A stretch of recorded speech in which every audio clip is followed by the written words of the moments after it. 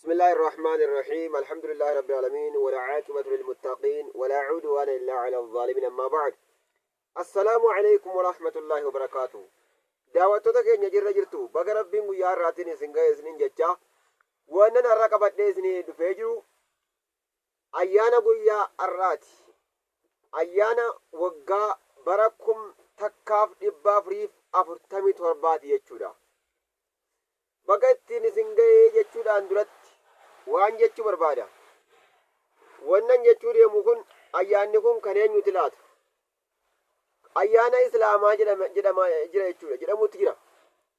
Ayyaanni kun kan islaamaa akka hin taane nu hubachuu qabdan jechuudha. Ayyaanni kun kan eenyuti? Ayyaana mushrikaa jechuu qabdan. Ayyaanni guyyaa har'aa kun ayyaana mushrikaati. Warreen kana irratti illee mormii barbaadanii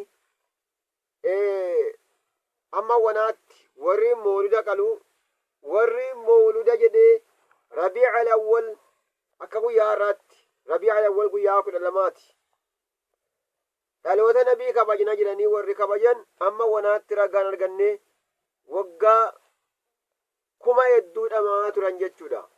Waggaa 1000 dhamaa turan ragaa dhabanii waan gamanaa walitti fuudhanii gamasanii walitti fuudhanii dhamaa jiran jechuudha. Kanaaf warri kana irratti falmii barbaadan lakkoofsa bilbilaallee qabachuu dandeessan duwwaa 910 nuu dawwaltanii heloo jettanii mormuu dandeessanii jechuudha.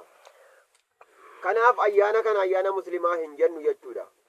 Ummanni waa'ee keenya hin beenne, ummanni waa'ee keenya hin beenne ayyaana muslimaa jedha. Kun dogoggora.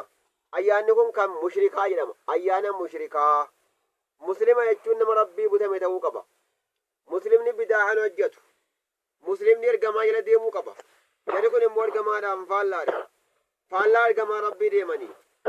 Sunis maal jennaan? Awwalan jalqaba irratti mutaaba'aa hin qaban. Mutaaba'aa gizeen jedhu ergamaa jala deemuutti hin jiran jechuudha. Diiniin keenya mutaaba'aatti nu ajaja.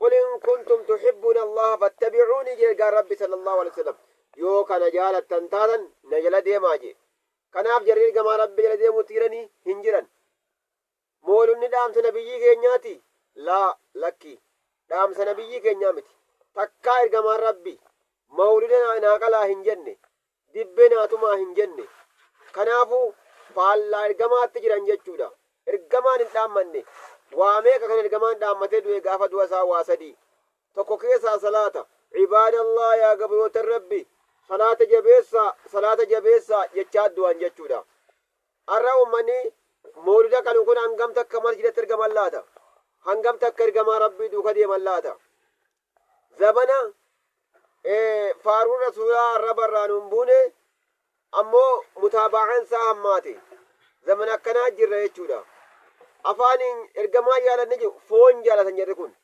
jaalala fooniiti. Foon anis nan jaaladha, isinis ni jaalattan. Osoo ergamaa jaalatanii hangam takka silaa osoo ergamaa jaalatanii karaa isaanii deeman. Karaa isaanii immoo jedhe kun gadhiisanii jiranii, karaa isaanii gadhiisanii jiran, karaa isaanii qabachuutti hin jiran. Kanaaf jarri kun ergamaa faana hin jiran. Moolunni dhaamsa ergamaa keessa hin jiru. Ibaadaan tokko silaa waan tokko ergamaatu karaa godha. Lammaffaa khaliifaa ergamaa rabbii sallallahu alayhi wasallam kan ergamaa rabbii nu dhaamanii jiran Abii Bakrii fi Umar, Aliyii fi Usmaan isaan afran kana qabadhaa nuun jedhan.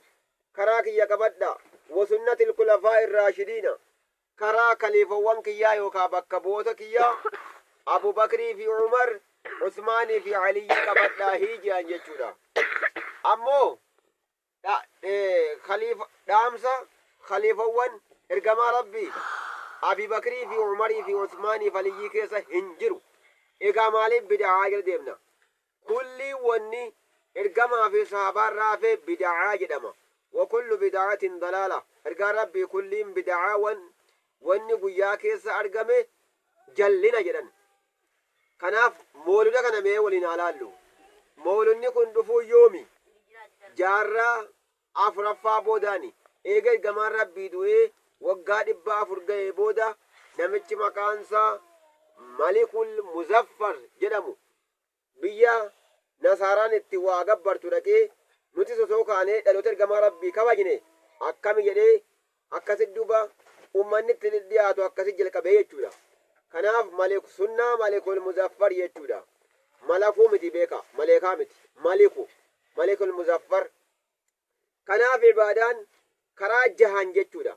Akka beektonni jedhanitti ibaadaan karaa jahan mutaabaa qaba. Awwalan ikhlaasa qabaachuu qabna. Lammaffaan immoo mutaabaa qabaachuu qabna. Akka ulamaa'in jedhanitti mutaaba'aan karaa jahan ta'uu qabdi jedhan. Tokkoffaan sababiyyaa, jinsiyyaa, qadriyyaa, kayfiyyaa, zamaaniyyaa, makaaniyyaa. Jahan kana ta'uu qabdi jechuudha. Fakkeenyaaf jinsiyyaa hogguu jennu jinsii keessatti jinsiyyaa jechuun waan ta'uu keessatti nabi jala deemu jechuudha. Jinsii jechuun gosa waan sanii. Fakkeenyaaf ergamaan gaalaaloonni re'ee faa uduhiyyaa qalaahii jedhe. Uduhiyyaa kan qalamu. Osoo namni tokko ka'ee farda qalee akkammee intaa garuu fardi halaali beeka. Osoo qalee sadaqaa kennate halaali. Garuu fardi uduhiyyaa hin godhamu. Maal ta'e kun jinsii keessatti namichi tokko yoo bida'aa farda uduhiyyaa godhe bida'aa godhe irraa hin qeebalamu. Gaalaaloonni re'ee ta'uu qaba uduhiyyaan takka. Kun maal jedhama? Jinsiyyaa jedhama. Lammaffaan sababiyyaadha. Sababiyyaa jechuun osoo namni tokko ka'ee gizma mana isaa seene hunda rakaa'aa lama salaate akkami? Bida'aa hojjete namichi kun. Maaliif? Karaan godhamne ergamaan karaan godhe waan ta'eef. Salaanni ibaadaadha. Garuu sababaa keessatti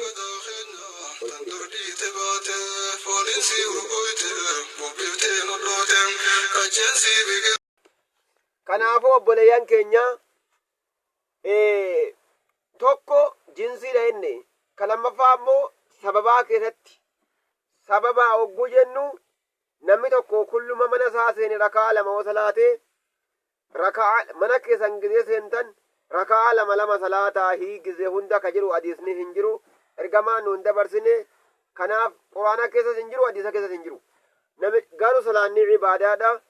Namni kun yoo ka akkas godhu ta'e bid'aa hojjete maaliif? Mukhaalafaadha. Karaa ergamaa gadhiise. Karaa ergamaa kanaa miti. Mutaaba'aa dhabe namichi kun. Kanaaf kun irraa qeebalamaa miti irra deeffamaadha. Lama. Sadaffaan qadrii keessatti.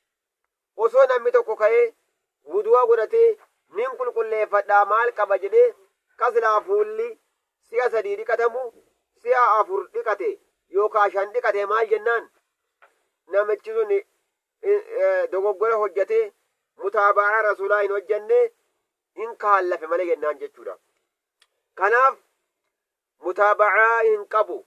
Maaliif ergaan rabbi sallallahu alaihi wasallam gaaf tokko marraa tokkos dhiqate marraa 3 dhiqatee maal jee faman zaada lal marraa 3 dhiqateeti faman zaada calaa wuduu'ii haaza namni wudu'a kiyya kanarra dabale 3 raka faqad zalama faqad fata'adda وتعدى وظلم فقد أساء وتعدى وظلم.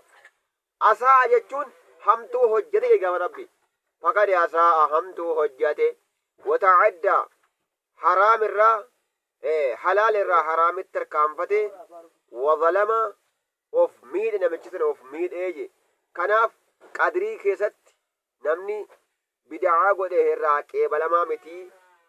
Kun karaa sadaffaati. Ammas kayfiyyaa dubbannaa.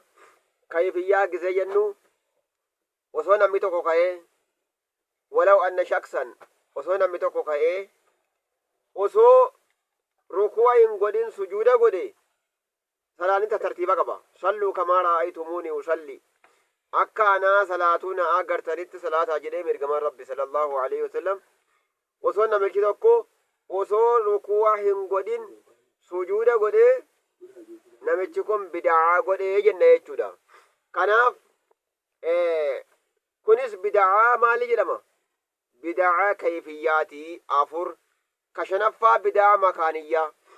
Osoo namni tokko ka'ee silaa bakki itikaafa itti seenan eessa masjida osoo madrasaa yookaan mana isaatti seenee makkam fudhatama hin qabu, mutaaba'aa ergamaa hin qabu jechuudha. Kanaaf bakki itikaafaa eessa? Fi masjidin jaamici, masjida guddaa keessatti ta'uudha qabaa jedhan. Kanaaf kun bid'aadha ka shanaffaati. Ammaas ka ja'affaa fi zamaani jedhan, zamana keessatti mutaaba'aa qabaachuu qaba. Osoo namni tokko ka'ee silaa waqtii uduhiyyaan qalabu salaata booda miti, salaata duratti osoo ka'ee uduhiyyaa godhe irraa qeebalamaa miti. Maaliif? zamana keessatti mutaaba'aa hin qabu namichi kun jechuudha.